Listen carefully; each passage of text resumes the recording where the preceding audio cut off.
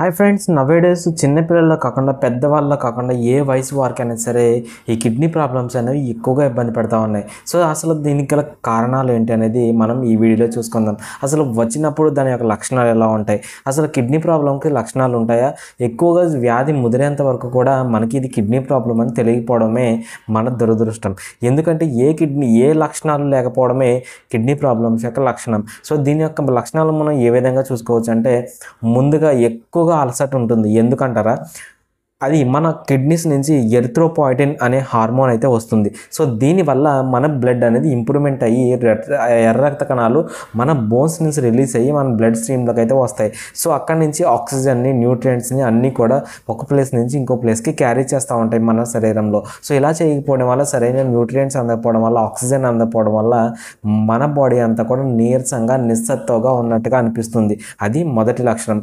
అంతేకాకుండా ఈ water content అనేది మన బాడీలోంచి బయటికి వెళ్ళకపోవడం వల్ల ఈ నెఫ్రాన్స్ అనేవి ఎప్పుడైతే డ్యామేజ్ అవుతాయో అప్పుడు దాకా ఫిల్టరేషన్ కెపాసిటీ అనేది దెబ్బతింటుంది. సో ఇలా దెబ్బతినడం వల్ల మన బాడీలో వాటర్ ఎక్సెసివ్గా ఉండేదంతా కూడా మన యూరిన్ రూపంలో బయటికి పంపించదు మన కిడ్నీస్. సో అలాంటప్పుడు ఏమవుతుందంటే, ఎక్సెసివ్గా ఉన్న వాటర్ అంతా కూడా మన కాళ్ళ దగ్గర, యాంకిల్స్ దగ్గర వాపులు రావడం కానీ, కాళ్ళు రెండు వాచిపోవడం కానీ, తర్వాత అలా ఐస్ చుట్టూ వాపులు రావడం కానీ, మొహం అంతా ఉబ్బినట్టుగా ఉండడం కానీ, కీళ్ళ మధ్యన వాటర్ పట్టడం కానీ, చెస్ట్లో, లంగ్స్లో ఊపిరి ఆడకుండా ఉండకపోవడం కానీ, ఇవన్నీ వాటర్ ఎక్కువగా మన బాడీలో పెరిగిపోతున్నాయని చెప్పడానికి సంకేతాలు. సో మన కిడ్నీస్ ప్రాబ్లం వచ్చినప్పుడు ఇలాంటి సంకేతాలు మనకి కనిపిస్తూ ఉంటాయి.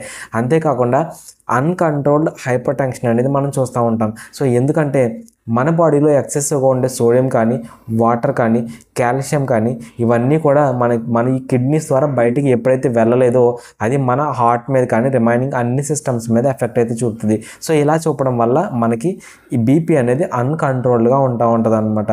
అంతేకాకుండా మనకి కిడ్నీ ప్రాబ్లంకి కొంచెం 50%, 40% కిడ్నీ ప్రాబ్లమ్స్ ఎప్పుడైతే వస్తాయో మనలో యూరిన్లో క్రియాటిన్ కాన్సన్ట్రేషన్ అనేది చాలా తక్కువగా ఎలిమినేట్ అవుతూ ఉంటుంది. సో ఇలా ఎలిమినేట్ అవ్వడం వల్ల మన బాడీలోనే, బ్లడ్లోనే అక్యుములేట్ అయిపోతూ ఉంటుంది.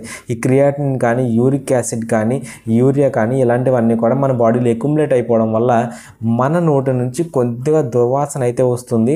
సో మన టేస్ట్ బడ్స్ అనేవి కొంచెం దాని పనితీరు మందగిస్తుంది. సో ఇవి కూడా మన కిడ్నీ ప్రాబ్లమ్స్ మనకి వస్తున్నాయి అని చెప్పేదానికి సంకేతాలు. నెక్స్ట్ మనం చూసుకుంటే కనుక బ్రెత్లెస్నెస్. ఇది మనకి కిడ్నీలో ప్రాబ్లం ఉన్నప్పుడు వాటర్ అనేది ఆల్రెడీ బాడీలో అక్యుములేట్ అయిపోతుందని చెప్తున్నాం కదండి. సో ఇది ఎక్కడైనా అక్యుములేట్ అవ్వచ్చు. లంగ్స్లో కానీ, హార్ట్లో కానీ, ఈ పెరిటోనియల్ క్యావిటీలో కానీ, ఎక్కడైనా సరే ఎక్సెసివ్ ఉండే వాటర్ అంతగా మన బాడీలోనే ఉండిపోతుంది. సో ఇలా ఉన్నప్పుడు కొద్ది మొత్తంలో వాటర్ మన లంగ్స్లో కనుక స్టోర్ అయితే కనుక అది న్యూమోనియా కానీ, పల్మనరీ ఎడిమా కానీ, లేదంటే ఇలాంటి వాటికి మనకి దారి తీయడం వల్ల మన గ్యాసెస్ ఎక్స్చేంజ్ అనేది మన లంగ్స్లో మనం తీసుకునే గాలి అనేది ఫ్రీగా లోపలికి వెళ్ళదు. సో ఇలాంటప్పుడు ఏమవుతుందంటే మనకి ఆయాసం వస్తుంది. సో ఆల్రెడీ ఎర్ర రక్త కణాలు తగ్గిపోతాయి, ఇక్కడ ఆక్సిజన్ అందదు సరిగ్గా. సో అప్పుడు మన బాడీ అనేది ఎసిడోసిస్ కండిషన్లోకి వెళ్తుంది అనమాట. సో ఎప్పుడైతే ఇలా ఎసిడోసిస్కి వెళ్ళిందో మొత్తం బాడీ అంతా కూడా ఎఫెక్ట్ అవుతూ ఉంటుంది.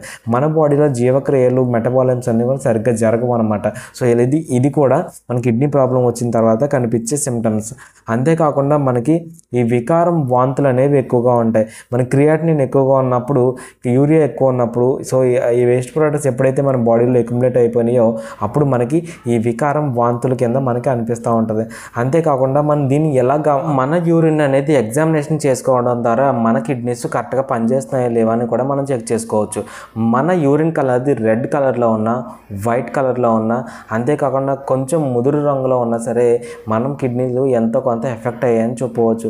మనకి రెడ్ కలర్లో కనుక యూరిన్ వస్తుంటే మన యూరిన్లో బ్లడ్ సెల్స్ ఎక్కువగా పోతున్నాయని మనకి గ్రహించుకొని ఇమీడియట్గా మెడికల్ హెల్ప్ అయితే తీసుకోవాల్సి ఉంటుంది. అంతేకాకుండా మన యూరిన్ అనేది వైట్ కలర్లో పోతూ ఉంటే కనుక అది మన బాడీలో ఉండే ప్రోటీన్స్ అన్నింటినీ కూడా, మనకి ఉపయోగకరమయ్యే ప్రోటీన్స్ అన్నీ కూడా బయటికి ఎలిమినేట్ చేసేస్తుంది తప్ప చూసుకోవాలి. అంతేకాకుండా మన యూరిన్ కాన్సన్ట్రేషన్ కొంచెం ముదురు రంగులోకి మారినట్టయితే మనం ఆల్రెడీ డీహైడ్రేషన్ అయిపోతున్నాము, మన కిడ్నీస్ యూరిన్ ప్రొడ్యూస్ చేయలేకపోతున్నాయని చెప్పేసి మనం గ్రహించవచ్చు. సో ఇవన్నీ కూడా ఈ కిడ్నీస్ పాడైపోయిన తర్వాత వచ్చే సిమ్టమ్స్. అసలు మన కిడ్నీస్ పనిచేస్తున్నాయా లేవా అని చెప్పడానికి ఏం టెస్టులు చేయించుకోవాలి? దీనికి రీనల్ ఫంక్షన్ టెస్ట్ అని ఉంటుంది. సో దీంట్లో ముఖ్యంగా యూరిన్, బ్లడ్ని మనం ఈ టెస్టులు చేయడం ద్వారా మనకి ఈ కిడ్నీస్ అనేవి కరెక్ట్గా పనిచేస్తున్నాయో లేవో తెలుసుకోవచ్చు. ఆ టెస్టుల్లో ముఖ్యంగా మనకు బ్లడ్లో చూడవలసింది ఏంటంటే urea, creatinine, uric acid. So ఈ 3 టెస్టులు చేసినట్టయితే కనుక దీంట్లో వాల్యూస్ని బట్టి మన బ్లడ్లో ఎలా ఉన్నాయో చూసుకొని ఎక్కువగా ఉంటే కనుక ఫర్దర్ కిడ్నీ ఎవాల్యుయేషన్కి అయితే వెళ్ళాల్సి ఉంటుంది.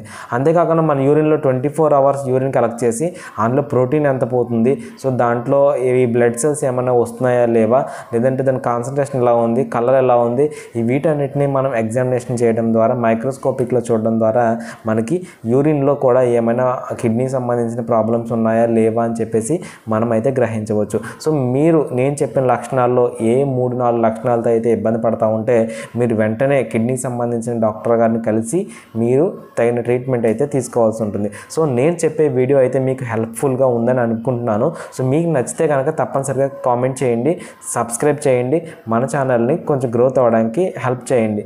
Thank you friends, please subscribe my channel.